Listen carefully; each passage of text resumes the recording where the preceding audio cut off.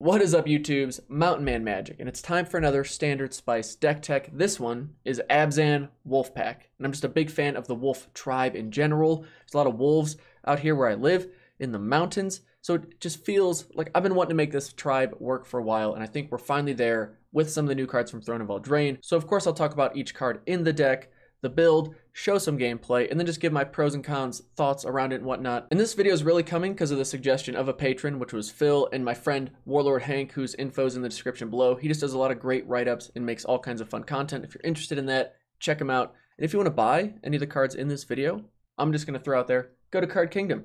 They sponsor the channel. They have all the cards you'll ever need for Magic. Without further ado, let's get into it.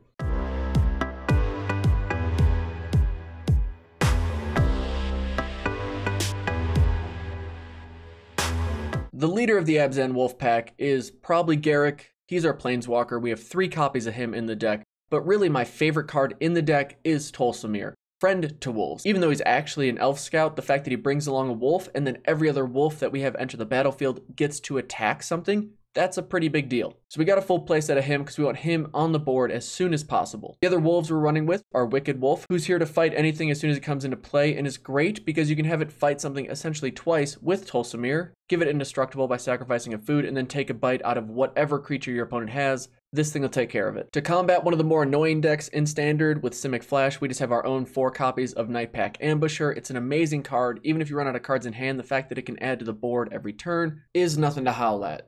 Working our way down the curve, we have 4 copies of Savvy Hunter, which is our ideal turn 2 or turn 3 play if we can get it out early. It gets us food tokens, which we've seen pairs well with Wicked Wolf, but also just helps us stall out against really aggro builds or draw more cards. Murderous Rider, as we'll probably see a playset of this card in every top tier black deck in Standard. A playset of Assassin's Trophy to make sure we can deal with anything our opponent plays. 2 copies of Legion's End help us deal with the mono red Cavalcade of Calamity deck. 2 copies of Glass Casket to deal with any other smaller creatures that are really high synergy for our opponent. And then of course a playset of Gilded Goose as our ideal turn 1 play. The food tokens help us ramp, or draw more cards, or make our Wicked Wolf indestructible whenever we need. And to wrap up our spells, we have 2 copies of the Great Henge. As we'll see in the gameplay footage, this card can bring you back from the brink of defeat. It's basically unbeatable if you get it down against aggro, and also helps you never run out of gas in those more grindy matchups. This deck is pretty straightforward. Again, you want to play Gilded Goose on turn 1, hopefully ramp into Savvy Hunter or Murderous Rider if you can by turn 2, and then once we have Tolsimir and Garruk on the board, there's really no stopping us. We're never going to run out of cards, our opponent's never going to be able to keep anything on the board, and of course the Great Henge is here to make sure we don't run out of gas as well. And now onto the gameplay footage. Our first game here is meant to show the positives, the awesome synergy we have between Garruk and Tolsimir.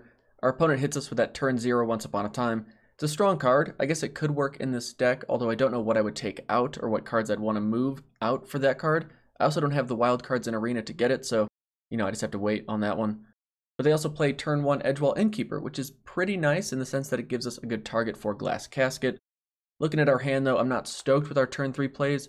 Murderous Rider coming down as a 2/3 lifelinker is not exactly where we want to be, but then playing Fabled Passage on turn 2 makes me think that they don't have a great land, or that they're struggling to hit their land drops. They go and find a mountain, and we just leave up Murderous Rider and Assassin's Trophy. I don't want to hit their Lucky Clover with Assassin's Trophy because, again, they already missed a land drop, and if we get our 4 and 5 drops, our 5 and 6 drops down, we're going to win the game. Tolsimir comes in, they don't remove it right away. As soon as Garruk hits the board with Tolsimir, we're going to eat everything they play. If they play a 1/1 Death Toucher, we're not too worried about it because here comes Garruk. He's creating 2 wolf tokens, who each get to fight something when they ETB. We're swinging in, and yeah, from here the game's pretty much over. They get massive value from their Lovestruck Beast, but we don't really care because we're getting more wolf tokens. They're going to eat the humans, and we swing essentially for the win. The Great Henge, because why not? And yeah, our opponent, they've seen enough.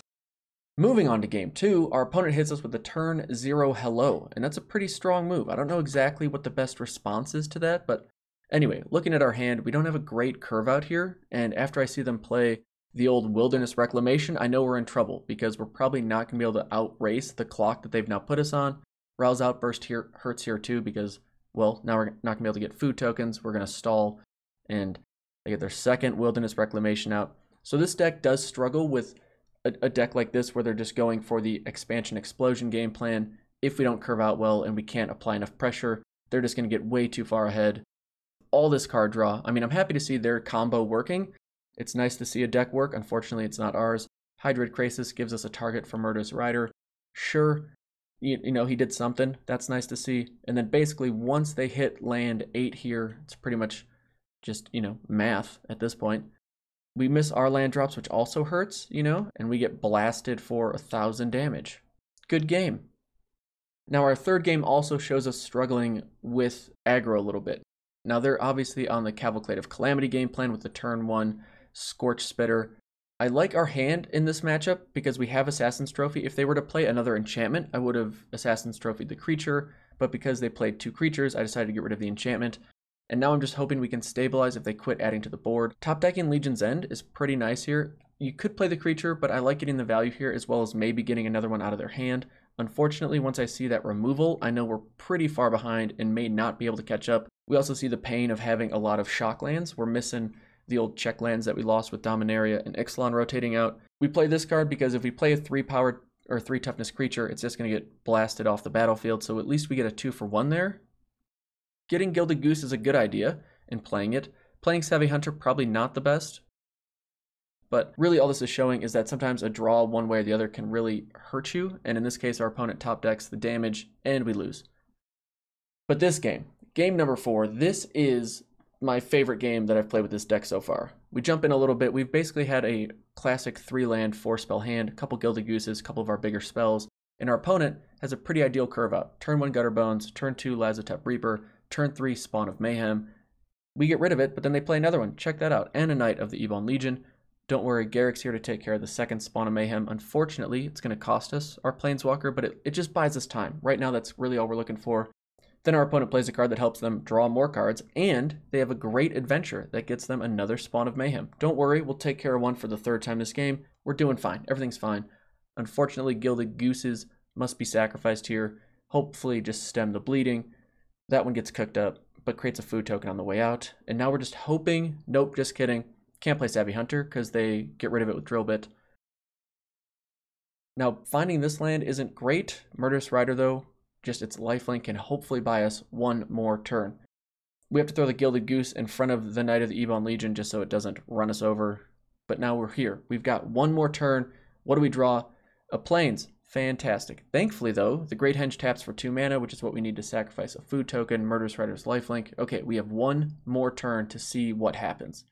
If you're looking at this game, you think there's no possible way we come back from this. We top deck Tolsimir, and from here, the game is ours, because we're not going to get blown out in one turn. We're going to have enough life gain and enough card draw to not run out of gas, and then top decking Gilded Goose there as well is pretty clutch for us. Also, we get to show the awesome combo that we can do with Wicked Wolf and Tolsimir. They're going to have a huge Knight of the Ebon Legion, and we're still going to be able to take care of it because of the fact that we can give Wicked Wolf Indestructible. We do have to give up our legendary wolf token. Kind of sad, you know, not what we're going for, but we're going to keep the sacrifice food token. We're not going to sacrifice the food token. We need to keep it around in case we have to do something like this. We realize, yeah, we should just fight the Ebon Legion twice, make sure we get rid of it. Then our opponent thinks they can get all sneaky by flashing in their little knight with a lance. We're not worried about that, though. Our creature is indestructible. Maybe they didn't realize it. Just kind of wastes that ETB trigger. Tolsimir number 2, I think about playing it, but it's probably better to keep a flash option there in case they play something like, I don't know, this thing, Rankle, don't want to deal with him. Flash in our Knight Pack Ambusher, and yeah, our opponent, they've seen enough. And really, that's just why I like this deck. I think it's very strong in the right moments. I think it does struggle on the draw because it is a bit slower, especially with how many aggro builds are out there. But it is a lot of fun, and if you end up building it and running with it, best of luck. Let me know what changes you would make to it, or if there's something you found that just works a lot better than what I've got going on. Definitely like to hear your thoughts on it. And this little guy's been running this wolf pack, even though I guess it's technically a bunny. But, you know, size of the fight in the dog and all that jazz. Yeah, if there's any other standard spicy deck techs you'd like me to make a video on, let me know as well. Hopefully I'll see you in the comments.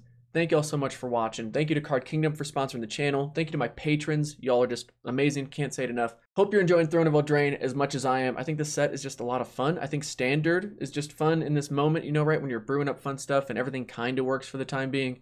Anyway, thank you all for watching. We'll see you in the next video. Take it easy. Peace.